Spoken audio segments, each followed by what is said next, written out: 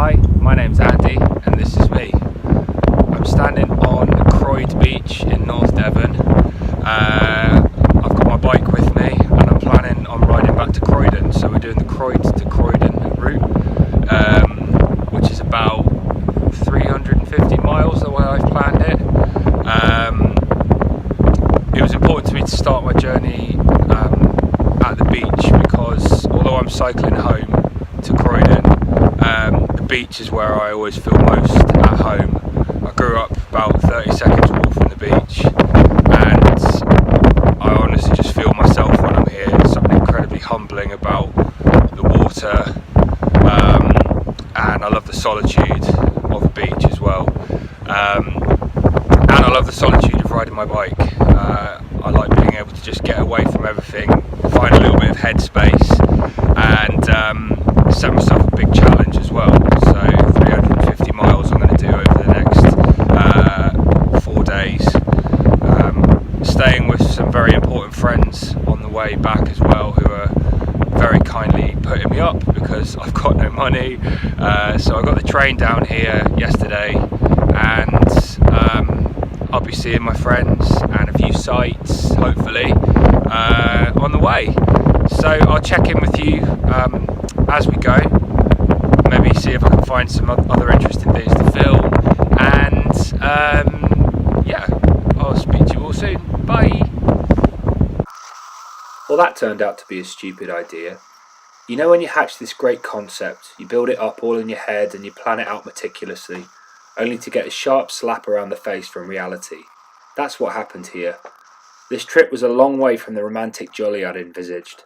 For starters, my intention had been to film the entire journey and then speed it up so that in my 4-minute video you could come with me from Devon to London. I got about an hour into my 20 hours of riding before my GoPro died, along with all of my enthusiasm. I basically spent large parts of the remaining journey cursing the fact that my passion project was fucked and I would now have to present something totally different. My GoPro runs out of battery right about now. You'll just have to imagine some of the amazing sights I was going to show you on my journey. I think in a minute I'm about to stop and show you some cows. I just got to the top of a really steep hill in the middle of rural Devon, which is a nice change from the A39 where people don't really know how to give you enough room to pass. So yeah, it's nice. Made some friends. And if you just stop to think a bit, there's no doubt of it, I shall win a place in history. For I can walk with the animals, talk with the animals, Keep making friends. and squeak and squawk with the animals. Sheep.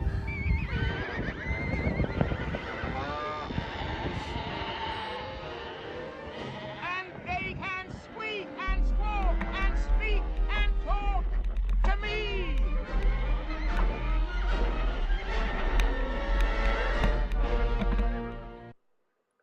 I don't know if it was just the weather, but there was something about Bristol that made me feel welcome as a cyclist. You just felt like they wanted you to be there. I had a lovely day on my way to Gloucester, seeing the sights, stopping at pubs, and eating a crayfish salad with crayfish straight out of the river I was riding alongside. In stark contrast to my lovely day in the West Country, there was day 3, Gloucester to Reading. Now I don't know Oxfordshire. If I click on what the Garmin website tells me is a road, and 300 miles into a ride it looks like the quickest way from A to B, I'm going to take it. So I planned for 10 miles on a road called the Ridgeway. Except it wasn't a road.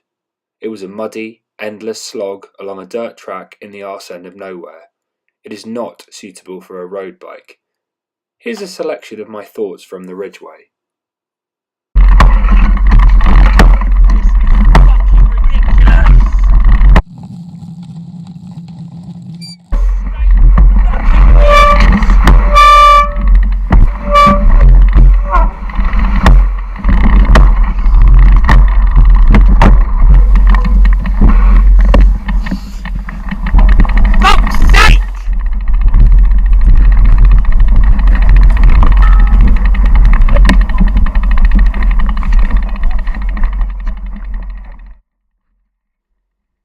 Every cloud has a silver lining. I'm listening to the football on the radio at this point. See if you can spot the moment Newcastle stick a goal past Chelsea.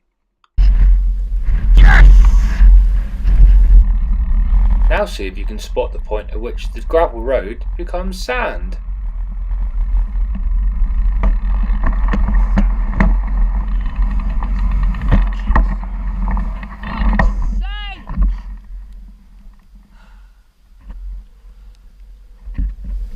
Where am I?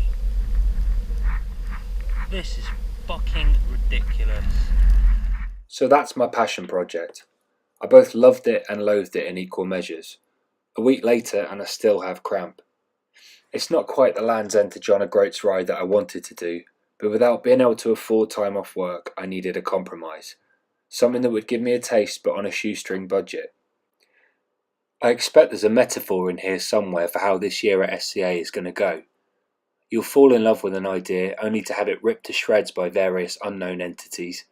Meet people who mean the world to you, and hopefully come to the end nicely beaten up, but having achieved something to be proud of. Thanks for watching.